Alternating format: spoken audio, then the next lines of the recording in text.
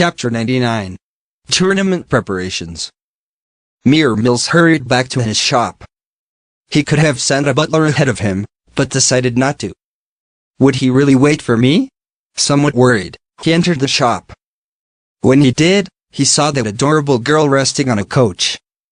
And, when Rimuru saw Mjollmile and smiled widely. That was quick. A speech style that was completely at likelihoods with Rimuru's face, and raised a hand in a greeting. That was, without a doubt, Master Rimuru.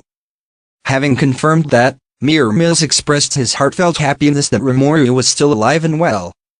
The other attendants, seeing their master thus, did not react with any surprise and have been treating Rimuru with respect. Certainly, that was the effect of having spent an hour here alone with him. After setting down the iced tea he was drinking, Rimuru went straight to the point. Well, what? I've got a job request, you see? I'm certain that Mjollmile will be able to handle it. I've got an event coming up and I want a producer for it. Can I leave it to you? With a wide smile that can only be described as representing all the naughtiness of the entire human race, Rimuru asked. Mjollmile could not read what was on his mind, but was certain that it involved danger. Even so, what kind of event would Daniel be talking about? Mjollmile, for some reason, wanted to hear more. Somehow, he's been entranced by this person. Without any thought to loss and profit, these kind of unnatural feelings filled him. Perhaps, he was now a failure as a merchant. But now that he has become a failure, isn't it the perfect time to serve this being? So he tried imagining what it would be like to serve Rimuru. The very thought filled him with endless joy.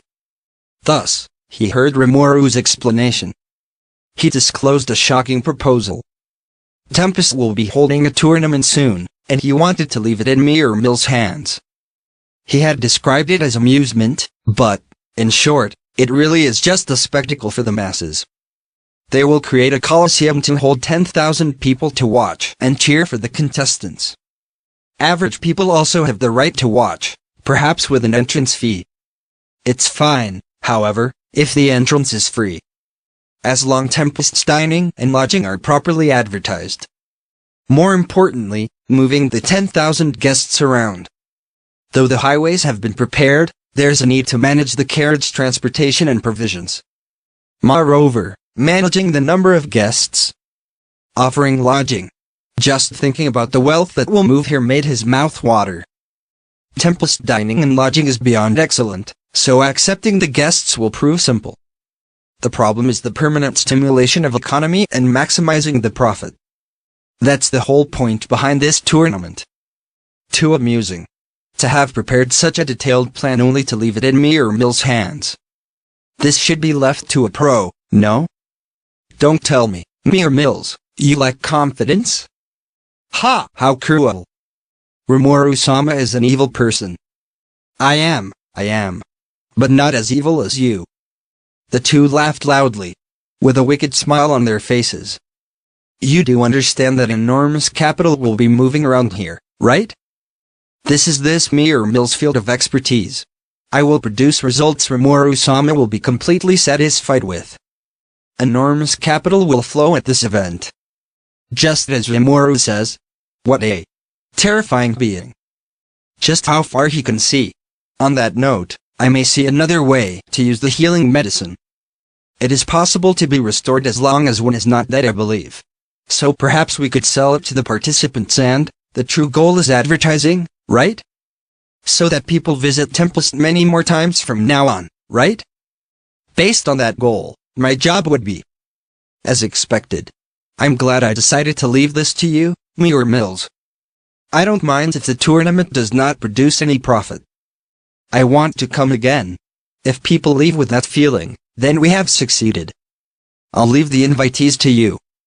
All right? They thus shook hands. A terrifying chill assaulted Mjollmile as ideas poured into his head. There are countless ways to manage an event as a country. Just by allowing people to bet on the winner can produce enormous income. He finally realized the many ideas and the weight of responsibility that this request entailed. And when he did, a boundless enthusiasm filled his body. He could finally do it. He could finally show him. he could finally be of use to Tempest. And then, Rimuru added, "Oh, and later, if this goes over well, would you like to join us? Commerce Division Chief or Merchant Division Chief? Well, the name doesn't matter, but I want to have you assume that post. We're growing pretty big recently, so we need to take control of that sector. How about it? How about it? How about it? How about it?" These words, as if playing the strings of his heart, reverberated again and again. With a big nod, he accepted. Of course he would. Rimuru was willing to invest in him to this extent. There was no room for failure. If he did well, he could join his most trusted circle. In all of Mjollmile's days, more than any dream or hope he has had, he now felt like he has never felt before. This feeling was like sweet nectar that he swore to never let go of. Even after Rimuru left scheduling the next meeting, the excitement did not lessen. Things will get busy. First, declaring the intent to gather his estate. Should this event conclude successfully, no, he will make it successful. He has no plans to return to Brumond. So he thus declared, and asked, "What will you do? If you like this mansion, I don't particularly care." And upon hearing these words, all of his attendants replied, "Please permit us to journey with you," they said. At this point, nothing held him back. Even though he had received license from the country, Mjollmile was a guild member. He has the freedom to move between countries. One should always be prepared to move. But letting go of this shop might prove disadvantageous in the future. So he decided to have a few people stay back in case Brumond were to flourish. Ordering his servants to pack, he returned to his store. And he called the head clerk into the office. Before the clerk could even take a seat, "You've gotten pretty good recently, how about taking over the store?" Straight to the point. Blinking a few times, the clerk tried to apprehend what he just heard. He is, in fact, a son of one of Mjollmile's relatives, and was sent here to study. He is a bright kid that Mjollmile took a liking to. But, in reality, he lost his original home due to failing horrible, and only became a clerk to have a place to stay. Yet there's no doubts about his work ethic. He's someone Mjollmile could easily depend on. "But, master, what could you possibly mean by that?" Unable to believe what he had heard, he timidly asked. With a big nod. "The thing is, I've been tasked with an important job. I'll be leaving the country, so I decided to leave the shop to you. Make the store a success and call your parents to visit one day," Mjollmile said, patting the clerk on the back with an affectionate smile. In reality, he had only intended to loan the store to him. That is, he fully expected to be able to recover the price of the store. Mjollmile the merchant was not a sweet individual. Moreover, if he can't make the payment, it just shows that he was a failure to begin with. He was motivated by his duty as a teacher. "Thank you, truly, thank you. Definitely. I will definitely repay your kindness." Finally comprehending what was said, the clerk thanked Mjollmile. Ignoring his gratitude, "Work hard," Mjollmile said, nodding. Just in case, they set up a contract for exchange of commodities. There was no oversight on this end. And after again being thanked by the clerk, he announced the change in leadership to the rest of the store. And, compounding to their surprise, he added, "On a 1 in a million chance that something happens, you are free to consult me. But, I'm sure you guys will be able to get settled with the new order right away. Just remember to steer clear of suspicious deals with the nobles." Everyone nodded to his words. They have all taken Mjollmile's teachings to heart, so no one would engage in suspicious deals here. "And then, would it be impermissible for us to follow you, master?" Some among them said. These 5 individuals Mjollmile saw great potential in. So he was greatly surprised. He never expected them to be willing to abandon their livelihood to follow him. Thus, he was troubled as to how to respond. But those who asked did not waver in the slightest. The ex-clerk smiled and said, "Mjollmile-sama, everyone here is your disciple. Please take these persons with you. However, without them, would you not be troubled?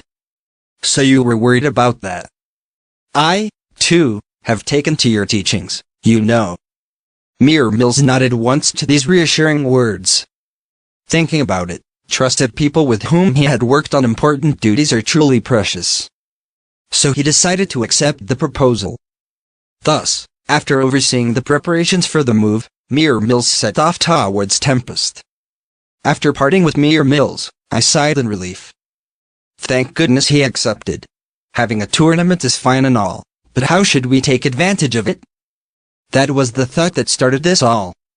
Even falling is not free. I ordered an urgent creation of the Colosseum. The plain on which we face the knights is where we decided to build this grand structure. It's easy to access and otherwise convenient.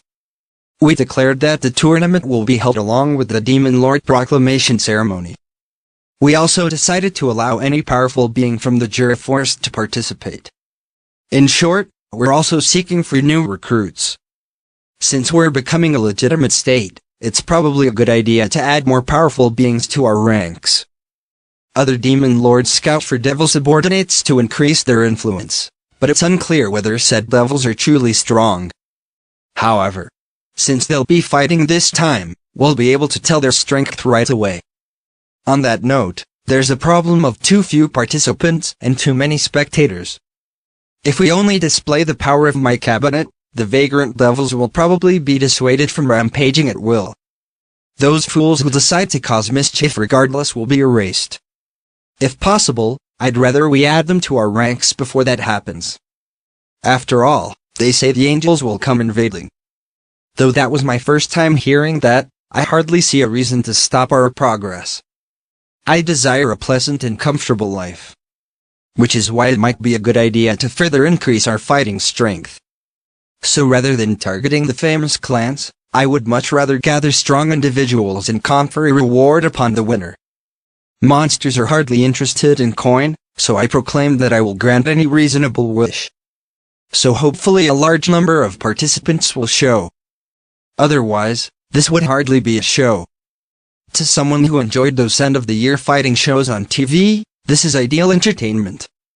But, there's the problem of managing capital. Viewing fee can be free as long as Tempest is properly advertised. When I thought so, I noticed that we were lacking in personnel. There's no monster who specializes in finances. While I could do it alone, it's just too damn troublesome. And then I remembered Mjollmile-kun. What a wonderful resource he is. I don't know why he got so excited, but he is even more eager than I am to put this plan into motion. Perhaps even holding it as an annual event. Moreover, he even thought of a plan to sell the medicine at the event. What a terrifying individual. In that case, rather than a quickly built arena, we should probably build something grander. Slightly panicking, I contacted Gerudo. It seems that they were in the middle of laying the foundation, so they didn't mind having to expand the size of the building. Though I initially held against box seats, I guess those would be important. By the way, the cabinet unanimously declared secret training time and vanished. Only Rainbow remains as always within my shadow. Now then, since I am in Brumond, I might as well greet Fuse. Opening the door to the Brummond's Freedom Association branch, I entered. And was met with a "Who's that?" gaze. Right, every time I came I would wear a mask, so they don't know it's me. Whatever. If he's not here, I'll just leave. With such a carefree attitude, I approached the receptionist. I'm Rimuru. Would Fuse be around? Oh, here's my guild card. I said and pulled a card from my pocket. I could hear people ask that girl is an adventurer, but I paid them no mind. The receptionist lady seemed to have remembered me. Oh my, it has been a while. How have you been? Oh, quite fine. You also seem to be doing well. So, could I meet with him? Ah, yes. Please follow me. I was immediately let through. Behind me, I could hear, seriously? Who is that girl? And the like, but I should probably ignore those words. And as always, I was guided towards the same room via magic circles. Inside, Fuse was holding his head. I came to play. What's wrong? Something on your mind? Well, it's been peaceful, But then suddenly a demon lord appeared. Seriously? What a menace. Why are you so relaxed? No, the demon lord is right before me. So what should I do? Oh? Is that so? Then how about serving some tea? Cake might also be a good idea. Cake? Huh? What the hell? Do you think I could acquire such a delicacy so easily? Seriously, is it alright for you to be as carefree even as a demon lord? While complaining, he poured some tea. Unlike how he seems, he's a really amusing guy. Thanking him, I sipped the tea. And let him know the short version of the oil purchase banquet incident. That there are 8 demon lords now called Octagram. And, most importantly, that Freedom Association Guild Master Kagurasaka Yuki is somehow connected with Chaos Lord Kazarim. Fuse muttered in disbelief. But without doubting my story, he started considering countermeasures. Rather, while doubting my words, I should say. If I'm wrong, great. If I'm right, then a plan of action is absolutely necessary. It's best to stay prudent. What a reliable fellow he is. On that note, I think it would be best to use this magic item that prevents mind control. We're also all using it. And, do not reveal this to anyone you don't trust and that has nothing to do with Yuki. Understood. That's only to be expected. I'll try to look for people who can dispel brainwashing and mind control skills. He's quick on the uptake. He's already way ahead of me. Call me if anything happens. I said, taking out a communication ball and 100 gold coins. Hey, Dana. What is this? Communication device and necessary expenses. Enough? It will help. But to bring this much out, is it that serious? That it is. I don't think Ingracha can be trusted at all by this point. Yuki has had 10 years to extend his network, you see? Fuse's expression got even more serious when I said so. And he began grumbling to himself. Seriously. Things were much more peaceful before you showed up. Isn't it great, you got a job? And a big one at that. Fuse held his hands up as if giving up. Make it a request, he said. With a face full of determination. It's tough to request of him to question his superiors. I do feel bad for him, so I decided to explain in greater detail. My real objective is the children. So I told him. If Yuki is suspicious, there's a need to save the kids. But if I handle this poorly, he'll learn that I am suspicious of him. So this must be done in complete secrecy. Preferably with a third party that has no relation whatsoever with me. Fuse nodded and began to think up the strategy. Anyways, we cannot rush this. Since he hasn't noticed yet, there's no need to take any serious action. We can take this slow, so I believe we should carefully proceed here. I have accepted the request. Leave it to me. Fuse nodded and made the promise. For the time being, he'll use trusted people to search for those afflicted by mind control. If possible, he'll secure the children. There's no choice but to trust him for now. I leave it to you. And nodding, we concluded by discussing the finer details.